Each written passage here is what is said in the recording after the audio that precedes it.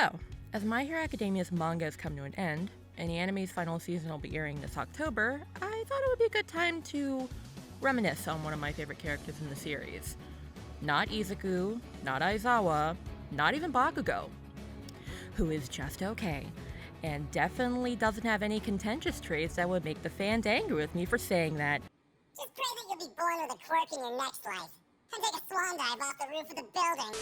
To me, all these characters pale in comparison to one Toshinori Yagi, a mild-mannered older fellow with an inferiority complex that could span the width of the United States.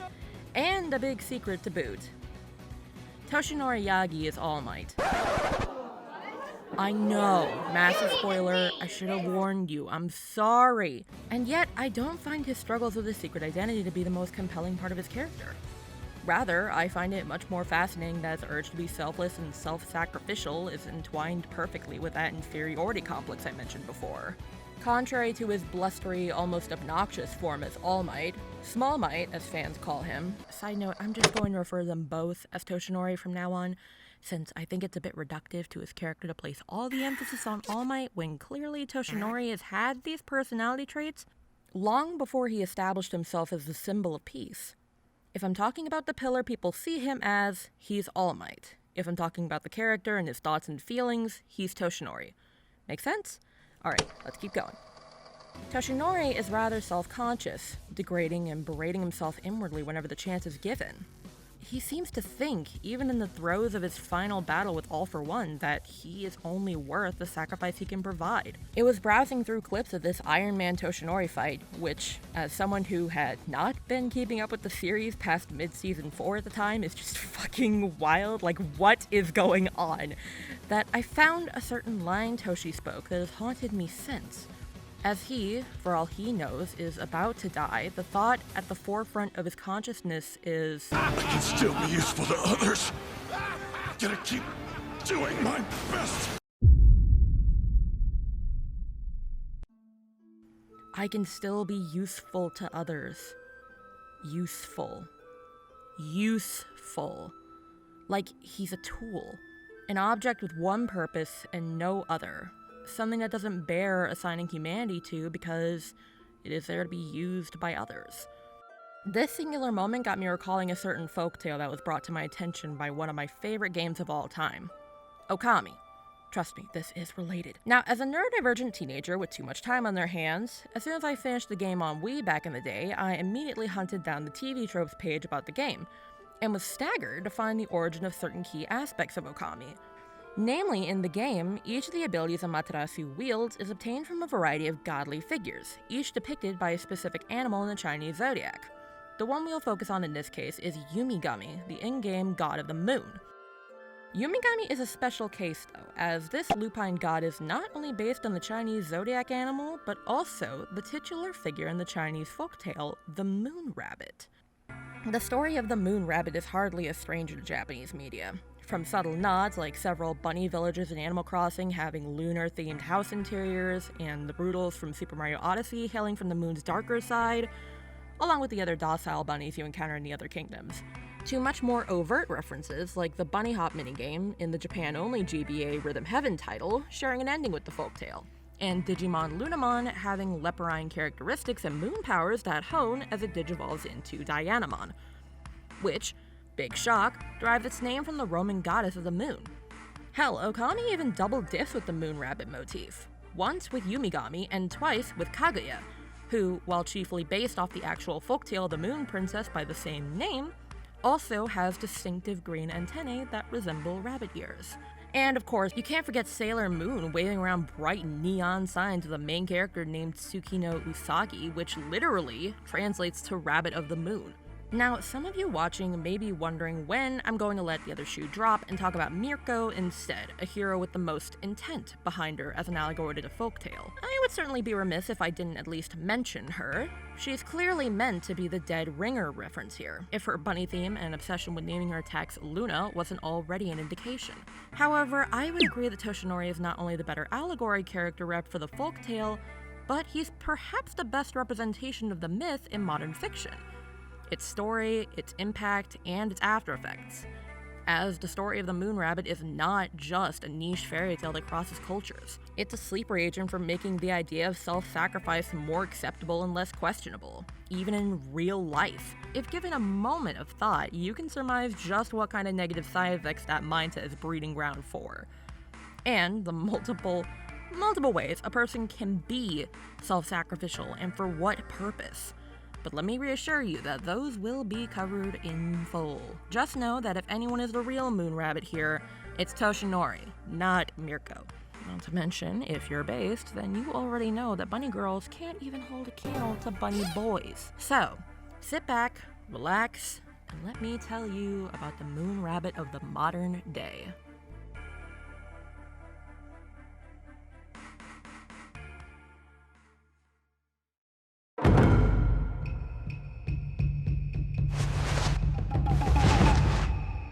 For those not in the know, the folktale of the moon rabbit goes as follows. One day, a trio of animal friends, a monkey, a fox, and a rabbit, came across a weak beggar man. The beggar, unable to ignore the emptiness eating at his stomach any longer, pleaded for food from the three. The monkey scaled some of the tallest trees for fruit. The fox dove headfirst into the river to snap up some fish. And the rabbit was stumped at first. I can only gather grass, He thought. Humans can't eat that. He thought and thought and thought until his head began to ache. Then he came up with an idea with ramifications the likes of which no one could fathom. Sir, The rabbit called to the beggar. would you please light a fire for me? The beggar was confused, but did as asked. Once the timber had ignited, the rabbit leapt upon the flames without a second thought.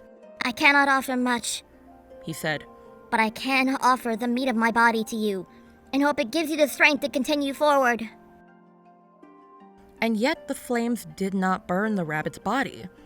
The beggar revealed his true identity, that of the man on the moon, one of the moon gods.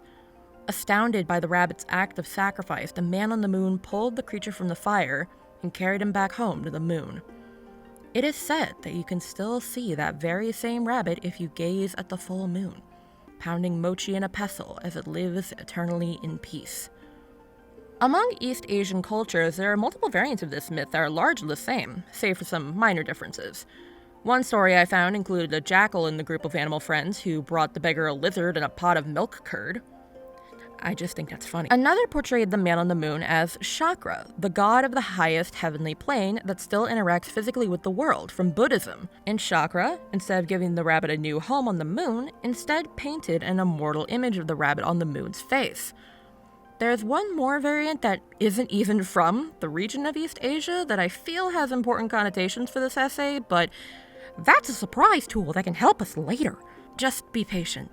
As you might be able to gather, Toshinori fits the rabbit archetype in this story to a T, and it's not just down to his bangs representing various rabbit species or his preferred way of travel being bunny hops jumped up on every stimulant under the sun. He truly does believe in perpetually prioritizing others' safety over one's own, even going as far to say, Nothing is nobler than self-sacrifice. when Deku is literally about to die from fall damage because 3 of his limbs fucking broke. But it'd be one thing if Toshi was all talk. He embodies exactly what he says, for better and for worse, pushing his body past its limits over and over again to the point that the time he has remaining to use his hero form only grows exponentially shorter. He literally cannot stop running about in a goddamn suit across the city because every time he turns around there's someone different to help and they're 5 miles away and he still has kids to teach, and wow, just take a break, honey. Jesus. This is the same day the USJ incident happens, by the way, so we already know he's pushing himself further past his limits than he should, and somehow he still manages to pull a win from the Nomu's beaky jaws. And, much like the rabbit only having grass to offer from his methods of forage, while Toshinori is incredibly good at self-sacrifice and heroism, everything else seems to fall by the wayside, including his own health, until he's forced to stick with his original physique. People point to the Teaching for Dummies book that appears on Toshinori's shelf, but there's evidence that he's got quite a bit of learning to do even before he's a teacher proper. When he's training Deku to take on One For All's power, Deku collapses from overexertion. Toshi mentions there's only 3 months left before the day of the exam, only to then notice that Deku's pushed himself too hard. It's not the fact that that one realization is the second thing on Toshinori's mind, it's the fact that it took until 3 months before the actual test for him to notice anything was wrong with his apprentice. It could just be that Deku was good at hiding his own exhaustion. After all, younger bodies are able to acclimate to drastic changes and bounce back faster than older ones, and he likely made an effort to hide the strain as he wanted to be ready for the quirk as soon as possible. So of course he'd push himself. However, it's the responsibility of the adult to look out for the child in any situation. You cannot reasonably expect a child to have the same capacity for decision-making as an adult, regardless of what cultural standards might have to say about it. I might adore this man, but I am not here to look past his fallacies. He has the Teaching for Dummies book for a reason. He is the dummy in question. This might be a weird aside to bring up, but it's my video. I like fanfiction. Therefore, I'm gonna talk about fanfiction in my video. There's a tag on AO3 I've seen often enough that it bore remembering. Yagi, Toshinori, vertical bar, all might bashing. Now, this might be an odd topic to draw attention to. There are certainly much weirder tags on AO3 by majority, and trust me, I'm not bringing them up in this section for your own sanity. I have seen some weird shit. He isn't even the only character with tags like this. Endeavor and Bakugo also have bashing tags, but it's odd to me that out of the 360k strong My Hero Academia library, as of this writing, Toshi has the most bashing fics of all 3 characters, numbering at almost 3,000. Compared to Endeavor's 1,155 and Bakugo's 759 fics. Now, I know I don't need to tell My Hero Academia fans why both these combustion men deserve to get reprimanded by more than just the fans, but why the hell does Toshinori have more than both combined? If this video essay is any indication, it's that Toshinori is far from perfect, and actually just bad at a lot of things. And I don't think it's bad at all for people to notice the things a character does wrong and hold them accountable. Lord knows that's not common enough among certain fans of certain characters, even in this fandom. Midnight. I think the key difference here is that the only accountability Toshi seems to be held to is by the fans. In narrative, enough people think Bakugo is all talk and plenty more think he's legitimate villain material for his relentless bullying to be effectively addressed and, eventually, mitigated. Endeavor, being an abusive eugenics freak, is not only called out by colleagues in the pro-hero trade, but also literal children, who you'd think would be too young to understand the effects of constant insecurity in the place where a family should feel safest. Meanwhile, for Toshinori, in canon, being the symbol of peace kind of lets him escape consequences for things he really should have been called out for. He's not good at being a teacher. We get that. We see him work to be better, and good for him. People point to the fact that he shatters a kid's dream on a random roof before the kid could even get a foot in the door. Not enough people point to the fact that Toshi implicitly encourages the neglect and abuse of one's own body in order to save other people. And I say implicitly because I don't think even he knows he's doing that, which is not something I would trust fucking children to make good decisions about. But can we backpedal to that random roof for a sec? Toshi's just saved this kid, right? Drops him on a random roof in the middle of the city and is just about ready to leave him there until Deku calls to him. Like, you do realize him being by himself in a random urban area was what nearly got him killed the first time, right? Not a very smart move. Bang on the door for a while, someone will let you in. Someone will let you in? Toshi, whoever that someone is, might not have the best intentions. Why would you do that? Red Robin, young. Look, I know he has to keep the secret of his true form. I know. He can't hold the form for much longer, so there couldn't be much in the way of planning where this dump truck stops. But if he's as close to transforming back as he was at the end of the first battle class in episode 8, couldn't he have made a mad dash into hiding after leaving Deku someplace where someone can help him? Hell, Deku even gave him an out. He calls Toshi's depowered form an imposter, so if Toshi had just rolled with it, there'd be no consequences. I mean, yeah, it'd be shitty to lie to a 15-year-old 15-year-old kid who's your biggest fan, but you know what's shittier? Leaving them alone on a roof for who knows what to get them. This is the exact same energy as taking a helicopter into the jungle, rescuing a child from quicksand, dropping them on a random roof in New York City and going, you can handle yourself from here, right? Okay, bye! And I know, people might point at Deku and say he was perfectly safe before, that if he hadn't latched on to Toshinori, none of this would have happened, and yada yada yada. Let me refer you back to the 15-year-old kid spot in the script. He is a child. I don't know what it is with Japan thinking high school kids have the capacity to look out for themselves and make big, life-altering decisions and just have agency, which might be why the age of consent is lower over there, but I am not about to delve too far into that. But unless you're 18, hell, I'd say unless you're even 20, you can only be held so accountable for your actions. I said it once, and I'll say it again. It is up to the adults to teach kids the right lessons and make sure they're safe. And yet, this moment is never brought up, nor is anything else I mentioned, aside from him still needing teaching himself as a teacher. I think the reason why bashing Toshinori is something users of AO3 believe needs tagging is because it is so different from the norm and canon. Sure, there's plenty of people in the series that don't like Toshinori, but those characters are literally either evil or perpetual grumps. Call me crazy, but it's almost like he's this society's Jesus?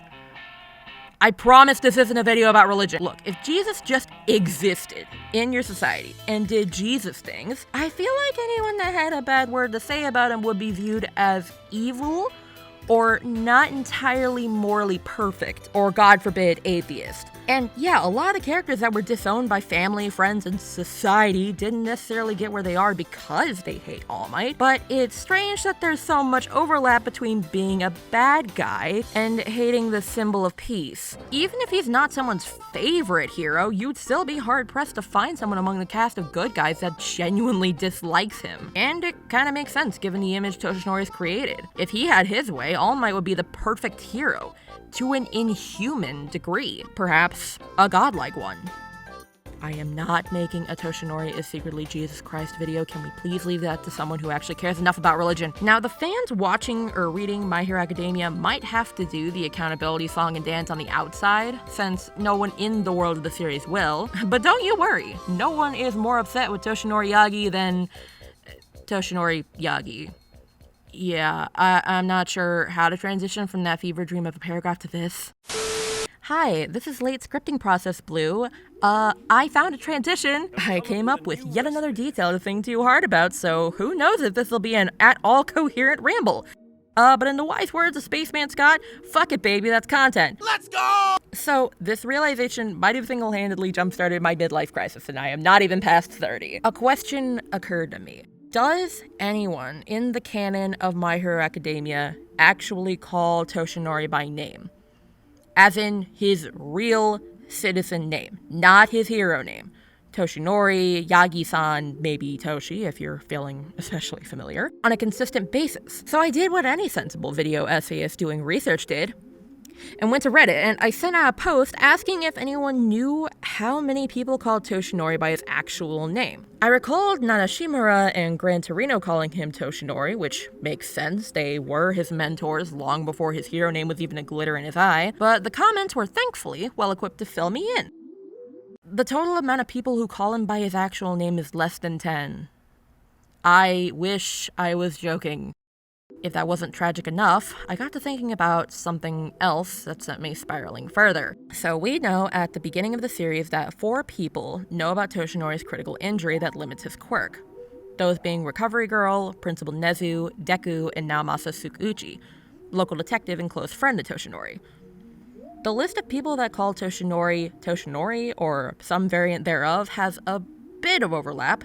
There's Nana and Gran Torino, like I mentioned before, but there's also Yoichi Shigaraki, the first person to use One For All, as well as the origin point for One For All's creation. Naomasa Tsukuuchi, Principal Nezu, who calls him Yagi-kun, standard fare for a workplace environment, and David Shield, who actually does call him Toshi, even to this day. Now, we know today that the pool of characters that also know One For All's secret, or even just know about Toshinori's injury, is larger than we'd originally thought, including the likes of David Shield and Sir Night-Eye. But I want to look closer at those 2 specific people added to the overall equation. Sir Night-Eye was Toshinori's sidekick for a time, up until he received the injury that derailed his career as a hero. However, their relationship may have tread beyond the bounds of professionalism, As Toshinori words there falling out in the quote original unquote translation of the manga as "we broke up." And look, it was a hot debate around that time of whether or not that was a real leak of Toshi's real sexuality, but it seems like it was just a fan translation after all. Regardless of interpretation, the point is that Night Eye and Toshinori were very, very close before the incident. So why didn't Night Eye ever call him Toshinori? Or even Yagi-san. We know Night Eye is a bit of an obsessive personality over All Might, if the wall-to-wall merch he has is any indication, but the way he responds to Toshinori in the one non-flashback conversation they have in person before he dies is incredibly telling. Is that you, All Might? Is that you, All Might? Even wanting to avoid the gruesome death his close friend might face, even knowing that that friend can barely hold on to his previous form since he's passed on the quirk, Night Eye still struggles to recognize the real Toshinori as who he is now. If there's any romance that went on here, it was between Sir Night Eye and the symbol of peace. And I mean that quite literally. Night Eye never even calls Toshinori by name. And while the sub of the same scene I showed doesn't include "is that you," the fact is that even in death, when all the barriers are down, he still only sees Toshinori as All Might. David Shield, on the other hand, was only an addition to the canon through the backstory of Melissa Shield, a character who would be crucial to the development of the Iron Might suit we see in the final chapters. While he only appears in the movie and one anime episode, the way he interacts with Toshinori in that limited time is quite revealing. Alright, so if Sir Night Eye wasn't actually canonically dating Toshinori, certainly this must be a bust too, right? Hey, are you all right, Toshi? There's no need for you to be so pessimistic, Dave. Oh, they're still on a nickname basis? He was All Might's partner when he lived in America! Deku refers to their previous relationship as partners. Listen, it's been a long time. Can the two of you give All Might and me a little time to catch up? Sam? Huh? You should take a break too. David is alert to Toshinori's condition to the point that a single, quiet cough is enough for him to understand that Toshi's time is up and to herd everyone else out of the room. Thanks for catching it. The amount of time I could keep my muscle front has gotten even shorter. You said it was bad in your email, but I had no idea it was this serious. Okay. Guys, gals, NB pals, is it gay to hold your friend's hand for prolonged periods of time while you're sitting on the floor and they need medical attention? Honestly, I think the hand-holding is more of an anchor for David here, not Toshi, so what the hell else am I supposed to infer from that? Although, for all the casual friendliness their relationship seems to have, even a longtime friend from long before his legacy even started isn't incapable of developing an unhealthy obsession with the sight of him that everyone sees. David is the secondary antagonist of the Two Heroes movie, and that is only because he wanted to further work on his technology to restore Toshinori's health, as he saw from diagnostics that Toshinori's quirk was receding sharply from his body. So he hired a group of villains on the condition that no one would be hurt in order to organize a heist on his own tech from the security vault of the tower was sequestered to. At the time, David had no idea that One for All was a quirk to be passed down. Had he known, he wouldn't have gone to these measures. However, even then, there's specific wording David chooses to use in referring to Toshi that sends red flags flying high faster than the first lines of dialogue in a Colleen Hoover novel. For all he cares about his friend, he sure seems to be actively concerned about the condition of the symbol of peace on a more frequent basis. At this rate, the symbol of peace will disappear. What if a monstrous villain appears? And you're not capable of saving us again. Honestly, part of me wishes you'd never left. Oh, well, that actually sounds rather sweet. America could use you. What? Look, I'm well aware of Toshinori bringing a sort of renaissance to the world of heroes, but renaissances, like any other era, end at some point. Or at the least, with humans being fucking mortal, people who create those eras die at some point. Toshinori has held on to One for All for 40 years. 40. Let that sink in. That's long enough that while most adults would only know peace times, plenty of folks will be old enough to remember times that weren't so peaceful. It's almost like even the people who are supposed to care about Toshinori without the frills of workplace cohesion or being his pupil expect him to be immortal or something. Except for Tsukuuchi, who's kinda just a bro and the best. No person is infallible. Anyway, enough talking about that depressing subject. Let's get back to talking about depression, the noun. I mean, if anything was gonna contribute to my own self-hatred, it sure would be bullshit like this nonsense. Okay, so we've come to the part where I gotta talk about Toshinori and depression, which, while I don't think the original adapters of the Moon Rabbit story looked at it and went, you know what this rabbit needs? Crippling self-loathing. I feel like it isn't too far of a stretch from the emotional state of the Moon Rabbit. It definitely isn't a far stretch for Toshinori's character. You can even understand his mindset from just the lighting of All Might's introductory scene in present day. Toshinori exits the convenience store, but he's shrouded in darkness. His true form, his quote-unquote weak form, Small Might, is something he wants to keep hidden. It's only when he morphs into All Might that he finally smiles and walks into the light of day. It's telling that when he can no longer retain his hero form and reverts back in front of Deku, the reveal is initially played for comedy.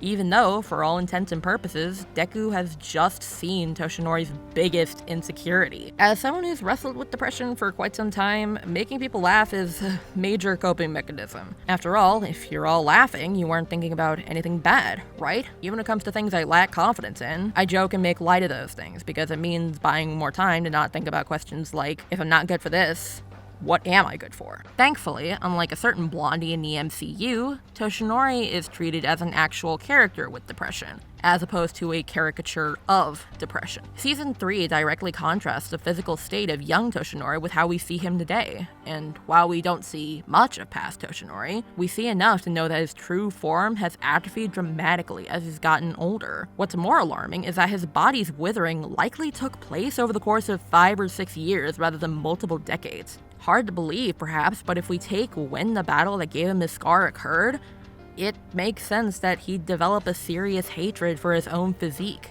knowing he'd eventually be stuck with it, if he didn't die in a heroic battle beforehand. Considering how often he was stuck being unable to use his power, he must have fostered a habit of neglect ever since, refusing to eat and limiting any exercise to what he needed to do to save people in what little time he had to be a hero. We can see evidence of this just from how much he fills out as he finally comes to terms with his own body. And it's not just because he wears clothes that better fit his true form. There's still enough muscle and fat built by the end of the series that observant viewers can tell that what he's doing now, even if it's not as intense as his American dream plan, is a far cry from the level of self-inflicted malnourishment he'd had before. I know this seems like quite the tangent, but I feel like understanding why Toshinori's depression hits me so hard, why I latched onto the Moon Rabbit story so tightly, will bring with it a better understanding of what someone obsessed with self-sacrifice might be thinking, and how that relates more than you'd think to a mindset that's more common than you'd expect. As the rabbit did not jump into the fire intending to see the sun rise the next morning, Toshinori might not have believed he had much to look forward to once the embers of One for All burnt out. When Deku confronts Toshinori about his past to Sir Night-Eye, Toshi explains how Night-Eye looked into the future of All Might, that All Might would die an excruciatingly gruesome death. Toshinori tells Deku that he will fight fate now, after resolving himself to teach Deku and the rest of Class 1A. But what might fade into the background in the moment is, what was his mindset before encountering Deku? Knowing that he was on a ticking clock, that everything he had fought for, everything Nana saved him for, would whisper out within a single-digit number of years. It had to have been agonizing. Even if he managed to find a successor, what would he be left with? Would teaching be fulfilling enough to distract him from the void he'd be left with? Could he still be useful? The fact that Toshinori still prides himself on being useful to others, even in what could be his final hours, is accurate to the experience of having depression. He still has bouts of seeing himself as unworthy of human need. He still thinks the thing he's best at is throwing himself to the wolves for someone else, even if it's just to buy time. But life isn't about getting over or conquering your depression. It's about finding avenues of fulfillment that keep your body moving, keep your soul burning, and keep that darkness and apathy and nothing from overtaking you completely. That's why it's so profound that Toshinori's battlesuit uses attacks based on every single one of his students.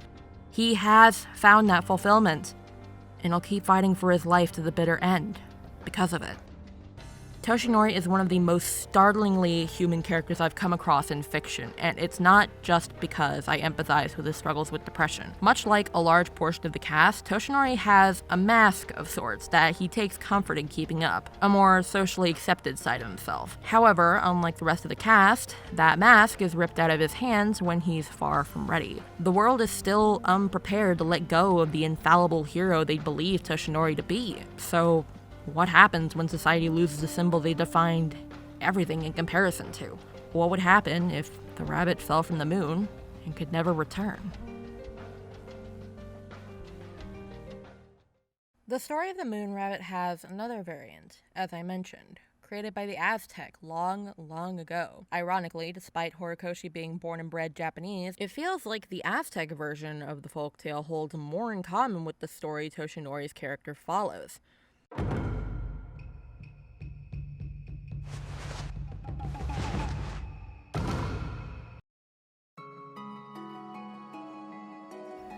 This story follows the god Quetzalcoatl, who embarks on a journey to travel the earth in a human body.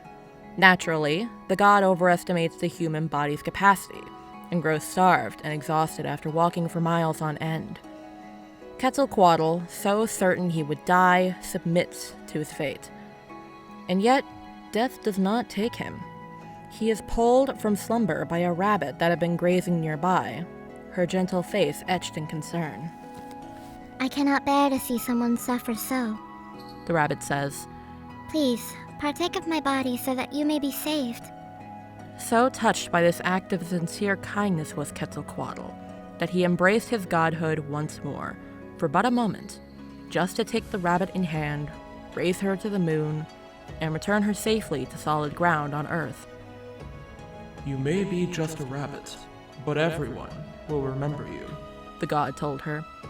There is your image in light, for all people and for all times.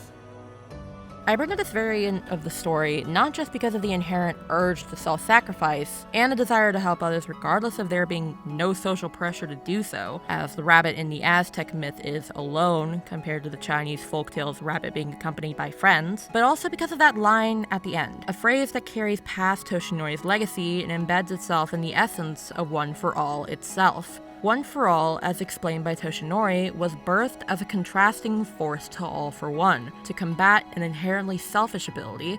An inherently selfless one came into being, but that much was obvious just from the naming convention. Naturally, One for All gains power and develops further as it's shared among others, those with quirks and those without. With that power, Nana Shimura created a shining image and light for Toshinori to remember, to essentially become the fulcrum of One for All, as Deku explores it further. Toshinori ensured that through his heroic act, Nana's legacy would be preserved. Like Toshinori has played the rabbit for many in the core cast, Nana immortalized herself as the rabbit on the moon for him, inspiring him to do just as much, if not more, good for the world. Not because of an obligation to anyone watching, but because it is a core part of that heroic spirit they share. Nana Shimura walked so Toshinori Yagi could run, so he could become a worldwide symbol that would always make people feel safe. The rabbit was etched permanently into the moon as a symbol for all to see. Perhaps not a symbol of peace, per se, but a symbol nonetheless. And yet, the folktale ends with the rabbit being immortalized. We don't get to see how the world would react to the image of one particular rabbit being drawn on the moon forever. At least, not in this specific folktale. Furthermore, we don't get to see what would happen if that image were to disappear. Do you see where I'm going with this? All this preamble to say that not only is Toshinori Yagi one of the most fascinating adaptations of the story of the moon rabbit, but as I mentioned, the fallout of such a story being immortalized in this fictional world is also explored thoroughly.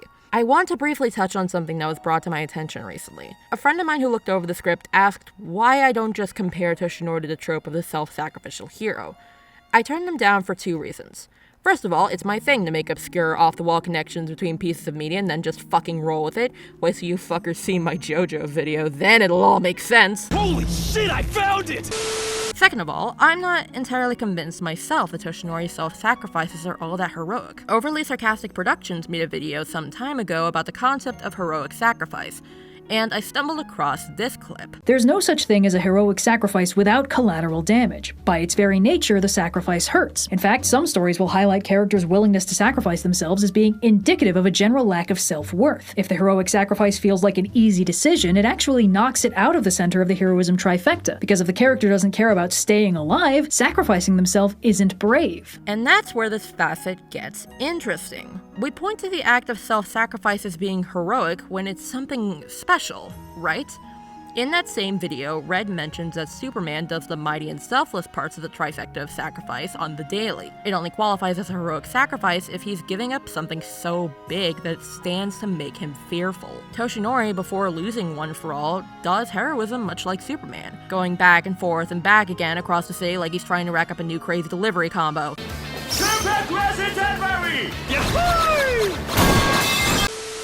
But is he acting out of bravery?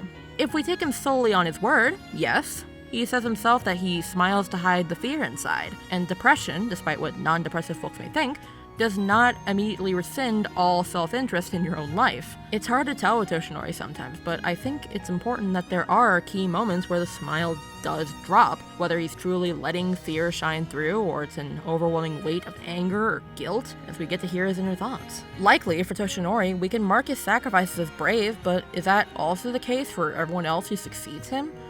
If everyone is led to believe that self-sacrifice is the fulcrum of heroism, as in you must be ready and willing to lose a body part for the sake of saving someone, then is that self-sacrifice even still heroic? Look, everyone called Aizawa mean in his debut episode when he wouldn't let Deku break his arm again for a physical exam, but he's got the entire right of it. I'd argue that calling it irrational to break body parts to save another person so readily is a massive understatement. Sometimes, yeah, needs must and all that, but every time?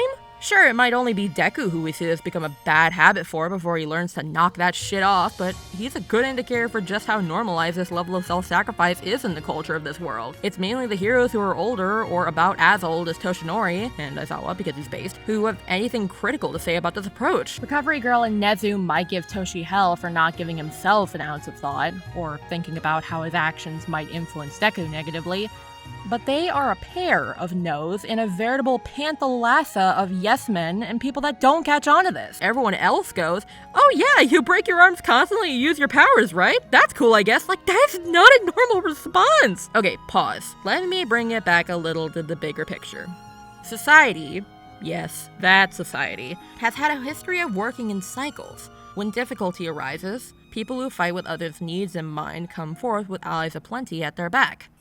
Those people create better times for the world at large. Within that complacency, those raised in these times of leisure think themselves better than lowering themselves to someone else's level, or at the least, they go through life with a skewed sense of empathy, which can express itself in a wide variety of ways, from enacting revenge for those less fortunate to upheaving society's rules to make sure the mistakes of the past are never repeated. Those people create the harder times that cultivate kindness, and the willpower in humans to rise above and make things better again. This may be a generalization of society's life cycle, without the disagreeable usage of the phrase, quote, strong and weak men, unquote, but there's a kernel of truth to it, even just looking back on the successes and failures of any country's history. We don't receive much information about the environment Toshinori grew up in, but it was clearly tumultuous enough that the heroic deeds and even the name of Nana Shimura were lost to history, with Gran Torino and Toshinori being the only ones to remember her. The darker times are so far out of the public eye that Toshinori likely had to backdoor some back-end website to get any information at all about heroes of the past. Meanwhile, not only is All Might recognized anywhere he could set foot, including past the boundaries of his own damn continent, but the possession of merch, short of making a shrine to him, is just viewed as quirky or a bit odd. The worldwide obsession with Japan's all-American hero is so palpable someone could smack you in the face with it. And for good reason. He single-handedly created the Peace we see for the first 4 seasons of the show. Well, mostly Peace. We have a pretty good idea of who Toshinori Yagi is by this point in the essay. But in contrast, who exactly is All Might? From one glance at his design, you can tell he's clearly inspired from the DC heroes of yesteryear. More specifically, Superman. That's where the Jesus symbolism comes in. I swear that's the last reference to that. I am not making that kind of video. Both are affable, kind heroes with physiques and abilities that go beyond human imagination. And both are the most compelling when the struggle they face is not one of pure strength or speed, but of the heart. And yet, while the authors understand that these are not infallible men, the power fantasy offered by both Superman and All Might is a cathartic escape too sweet to turn down, to the point that the original humanity of these characters is neglected in favor of delving deeper into ignorant bliss. It's why certain authors attempt to adapt the character of Superman by letting him murder just the one idiot that pushes all the wrong buttons. But it's also why the society of My Hero Academia utterly collapses following the revelation that their messiah is very human and very vulnerable, because All Might is the picture of toxic masculinity and toxic positivity. There's an article that I came across while exploring this topic online, a Medium article by Chris Blogs that actually dissects the trope of the self-sacrificial character in fiction. While the author's key example is Escanor from Seven Deadly Sins, I feel like the points made in this essay are applicable to Toshinori as well. He writes, "In our society, traditional masculinity is often equated with traits like strength, dominance, and emotional neglect. Men are expected to be tough, unemotional, and willing to put their own needs aside for the greater good. This pressure to conform to these expectations can be incredibly damaging for men, leading to a sense of alienation, depression, and even suicide." Pretty! It's like we're inside a beautiful snow globe! Young lady, get back here!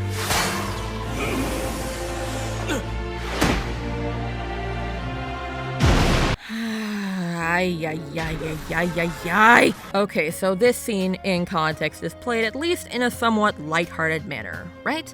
There's this shot where the impact is Toshinori still going in to save another person, even if he has no powers. And I'm no expert on depth perception, but I'm pretty sure the way the street lamp is falling, Toshinori would have been lucky to escape with a spine that's only fractured. However, any tension is quickly alleviated by Bakugo blasting away the street lamp and saying, "Go commit self-termination in a video game somewhere else."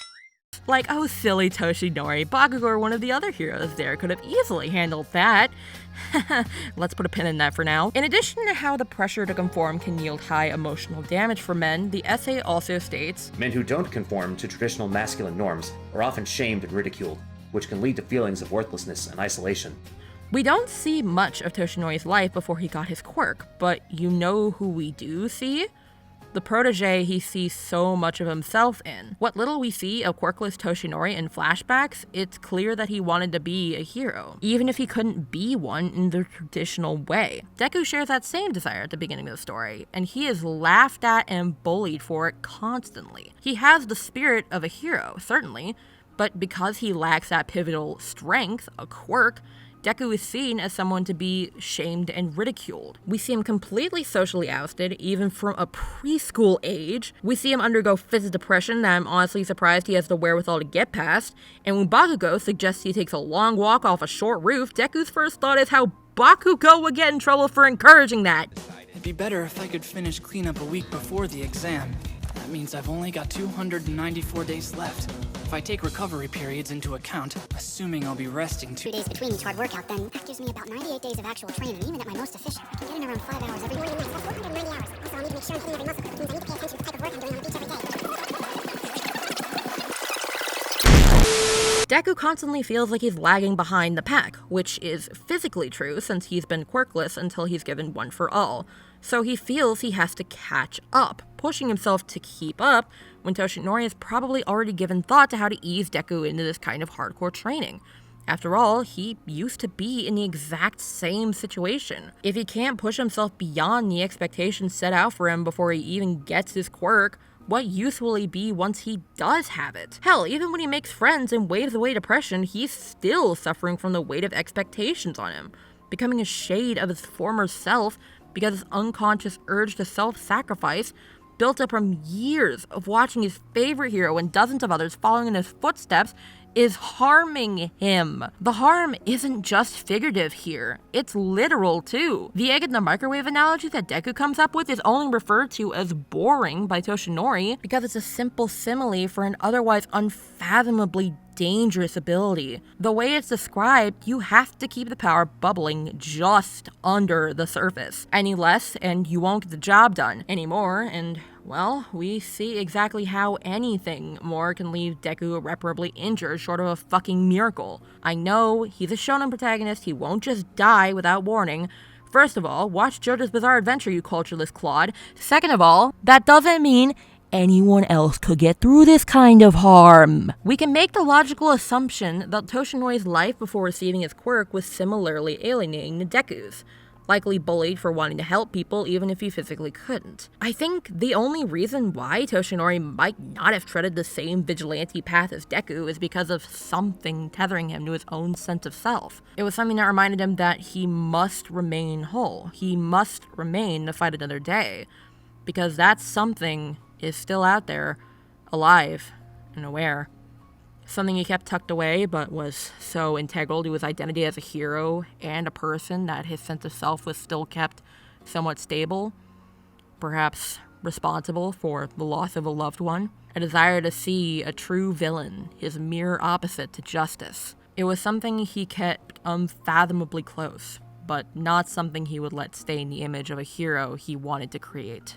In order to cement himself as a figure of constant comfort, Toshinori needed to not only be physically strong, but mentally and emotionally. He crafted an unfaltering image of a smiling face, determined to make the falsity that he is beyond human weakness a reality. Masculinity and positivity only become toxic when you embody them to the point of rationality. Let them consume how you think and feel, and rely on them as crutches to solve all your problems. Men are, to this day, expected to be stoic, strong figures, too busy doing the important things in the world to have any room for insecurity or weakness, hence, toxic masculinity. Toxic positivity, on the other hand, is minimizing the negative feelings someone might express in favor of pushing and pushing and pushing forward. Consider phrases like, everything happens for a reason, or look on the bright side. Saying that might be okay once in a while or in a vacuum, but if relied on constantly can create an environment of complacency and lack of mindful reflection. Sound familiar? Chris Bloggs also wrote, in fictional media, self-sacrificing heroes are often portrayed as strong, brave, and willing to put themselves in harm's way for the greater good by doing something that the regular person cannot, thus proving themselves worthy in their eyes and in the eyes of those around them. Toshinori may have always been able to make good on his word that everything will be fine because I am here, but it has led to the world at large relaxing to an unreasonable degree. All Might will take care of everything, so why worry? I'm not joking about literally everything, because we see him jackrabbiting around town to do just that. There's no point gunning for being the #1 hero since there's no beating All Might. Let's go back to that scene from before with the street lamp. Beat for beat, the woman steps out where the terrain is unstable, unaware of the fact that she might be in danger. Toshinori shouts for her to return to the group of citizens he's gathered with, but either she doesn't hear him or she ignores him before the street lamp falls. Toshinori rushes in, forms a barrier between the citizen and the street lamp, before Bakugo blasts away the falling debris. If you're following that series of events, let me ask you something. Do we have a guarantee that Bakugo would have saved the woman if Toshinori hadn't called out to her? I'm of the mindset that anything, big or small, an author puts into their piece is meant to represent something deeper about the characters or the theming. If Bakugo was going to save this lady anyway, why have Toshinori rush out and try to save her from harm when, if anything, he would have just shifted who got hurt in the end? Even without One for All, he is still the same Toshinori who acts before he can even think, putting himself in harm's way before the harm can even find a target. But we've known he's the type to self-sacrifice constantly. So what's the point of restating that unless we're meant to see something else too? That Bakugo, gifted as he might be, had no idea there could be any danger in that location until Toshinori grabbed his attention. That Toshinori, unlike almost every other hero we meet, save for Deku, is always ready to do good down to the individual citizen. Well, I think it's something that we've been shown before, but on an even more casual scale. That casualness is what makes it so insidious to see. The second episode of the whole show displays not just heroes, but even copious regular citizens just standing by and watching, or running support when there is no DPS or tank to actually do anything substantial. Even Toshinori, despite how inferior he feels, knows he can't push himself past his physical limits, and can only watch the crime happen from afar.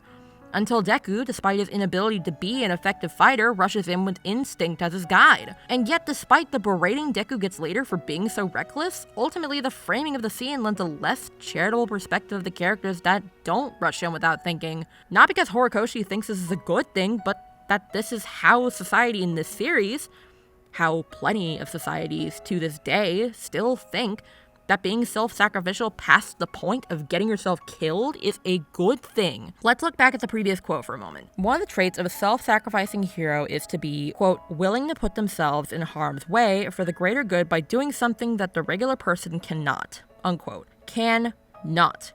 As in, regular people, and even other heroes, don't just willingly choose not to act in certain situations, they don't think they can. The scene I mentioned before deliberately puts Toshinori in a crowd of quirkless citizens. He is no different from them now, from a broad strokes perspective. So it's even more striking that he would still rush out to save another person, and that no one else would even try. There are even people looking in the exact same direction who would notice the falling street lamp, and yet they don't act. Why? Because they don't think they can. Why even try? Multiple characters in canon refer to this generation of heroes as being statistically weaker, and I doubt it's due to genetics, since it has also been confirmed that quirklessness is receding from the genetic code at large. People have not been pushing themselves past or even to their limits, because there hasn't been a point. Sure, the motto of seemingly every great hero's alma mater in the show itself is go beyond plus ultra, but if there's always going to be an immortal, outstanding figure who's bigger than you, faster than you, stronger and kinder than you, then what's the point in trying? Better to try and outshine other heroes through fame and recognizability instead. These two factors combine to create the perfect environment in which Shigaraki and his League of Villains can rise to the occasion and cause societal upheaval. Even though Toshinori has a good heart and a bone-deep need to help those in need, the people who have seen him garner success after success over and over don't have that same urge, and that is something the villains prey upon to tear the seam in the world wide open. What stings the most about this is that, from what we know of his character, Toshinori most likely didn't even know this is the world he would have created. All he wanted was to create and uphold peace. With the embers of One for All flickering out, he can't be the stalwart presence he was. From what we see of his mentoring from Nana and especially Gran Torino, he was likely trained out of expressing any kind of weakness in front of the people he intends to save, to the point that it might be a form of coping with trauma. Why else would he be so genuinely frightened of the idea of sending Deku off to be trained with Torino? It's almost like he sees himself as lesser for even experiencing the need to feel things. It would explain why he initially berates Deku for being emotional, only to let the waterworks flow freely the more he opens up and the more he grows. He hardly ever allowed attachment to others unless he knew he could keep the connection under wraps, like with David's shield, or unless the person he confided in was on a similar level of capability. Hence why he only ever allowed Sir Night-Eye to be a sidekick in his later years, and why they broke up once it became clear that Night-Eye's values ran in opposition to the world's needs. All Might's needs. Even if the story of the Moon Rabbit doesn't cover every finer point of Toshinori's development, I feel like the beginning of Toshinori's arc is a perfect allegory of that folktale. One of the best adaptations of the soul of that narrative, in my opinion. Because of that, Horikoshi was able to weave a compelling narrative of accepting one's own humanity, seeing the reason to live for oneself beyond the urge to self-sacrifice. Toshinori invests himself more in his teaching, and starts wearing clothing that fits his true form. Something that I've seen people say is sad, but if anything, I think it's him finally accepting who he really is. A form of body positivity in a way, especially since he starts filling out after eating better and taking up an exercise regimen. It's only in the final chapters of the story that we see him take up the hero mantle once more, but not for another person. While he does intend to buy time for Deku and the others, it's crystal clear that he's in this fight mainly for himself, for the rivalry he shares with All for One, not because of any obligation he has to society or the people in it. And God, is it special because of that. The fight between Toshinori and his Iron Might suit and All for One only manages to happen because Toshinori finally allowed himself to rely on others. Not just Melissa Shield and Mei Hatsume for building the suit, but also his own students for providing inspiration for the abilities the suit gives him. Toshinori is gleefully grinning from ear to ear, and you could say, man, just tweaking a bit, but it's also very clearly a facade. All for One spent their fight in Season 3 infesting every corner of Toshinori's head, filling him with self-doubt and loathing beyond what he already felt. Toshinori decides to return the favor and portray himself as everything All for One hates about him. Essentially, he becomes an exaggeration of the toxic image on which the current society had been built, even going as far as to laugh, even when the odds are completely stacked against him. And the one thing that let him have one last fight is fraying at the seams. Despite the utter brutality and the gut-dropping intensity of the fight, Toshinori's mask only falls a few times. But it's enough for All for One to notice and wonder where that smile has gone. When we, the audience, know it's because we aren't seeing All Might fight here. It's Toshinori Yagi, with all of his idiosyncrasies on full display. And yet, it isn't enough to fell the foul beast.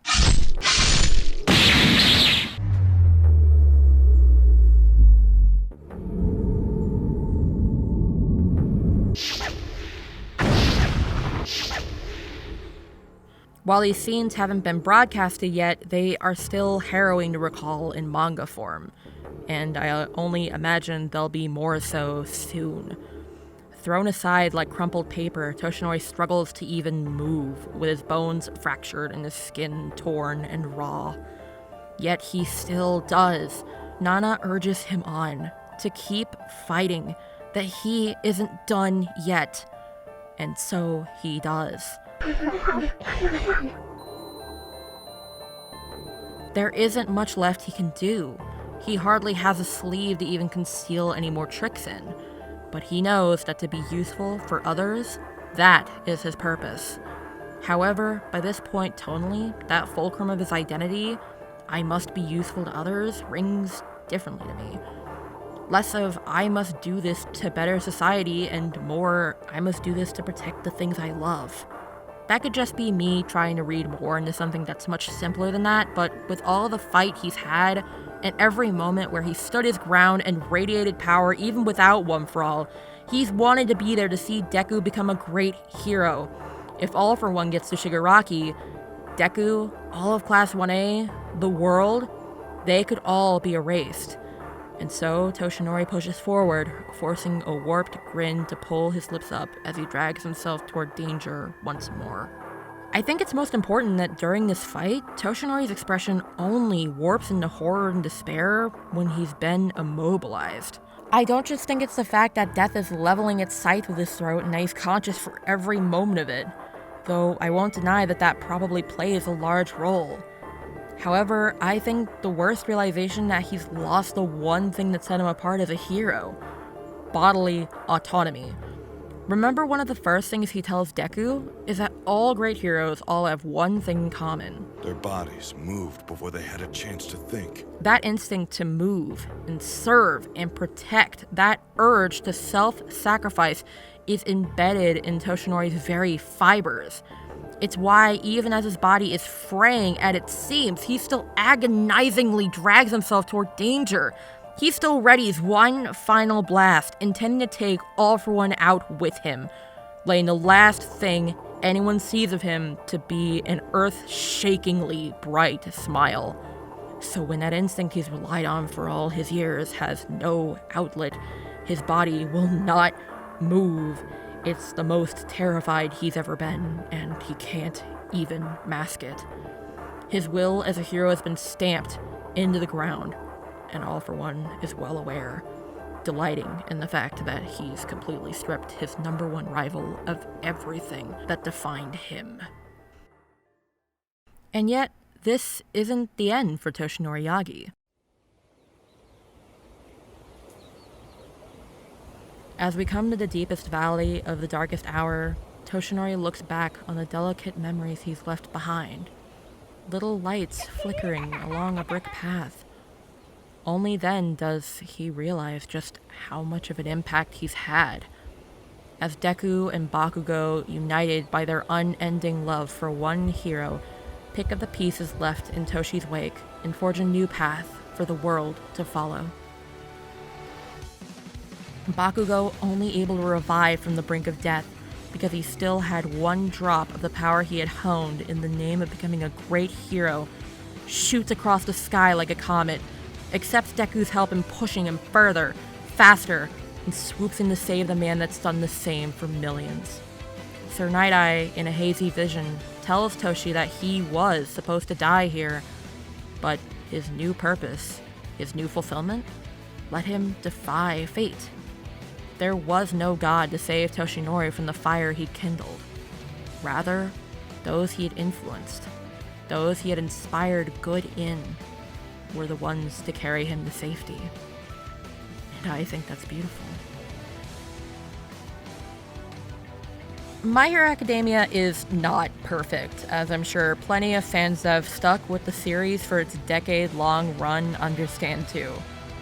And yet, as we close the book on this series and look to the future, I feel I'm not the only one to look back and remember all the highs this series gave us. Even with the lows it might have been able to avoid with more time, more thought, more freedom. It means something to me that even when I'm not tuned into the series, I can easily get a spike of serotonin anytime I see a meme or a fan work of a lot of these characters. They mean a lot to me. They're a source of comfort when I'm feeling down or anxious, and I feel that more for quite a few of these characters in this work than in most of the other games and movies and anime I've consumed. My Hero Academia was a phenomenon that won't be soon forgotten. And while it might not have brought in the earth-shattering Tenkabon sales of its predecessors, it got big enough to be a household name for a while. Even if there are some parts of the series I could do without, I will always have a space in my heart for the moments, the music, the characters that'll flit through my brain from time to time. I wanted to devote a whole video to Toshinori Yagi because he's my favorite, and I have a lot of feelings about him, if this whole video was any indication. Funnily enough, he kind of single-handedly stoked my interest in the series again, through a mod created for Stardew Valley, of all things, that included him as an interactable character. I fell in love with him all over again, and I ended up suggesting to a close friend that re-watch the series, but only pay attention to the scenes he's in. And, well, suffice to say, we both got way more invested in the series than either of us had intended. For all its flaws, My Hero Academia had some stellar character writing that I hope people can look back on fondly in years to come. And even if not all the moments that needed to hit did, the ones that really did mean something. There are many characters in this series that have resonated with its fans, and for good reason. Toshi has certainly done that for me, and I hope I've made it clear as to why. To me, Toshinori Yagi is not just a beautiful expression of a folktale I hold close to my heart. Not just a wonderful, likable creation of fiction that I always smile thinking about. And not just a character that I can recall on a whim, giving me the boost I need to get through hard times. He's my hero.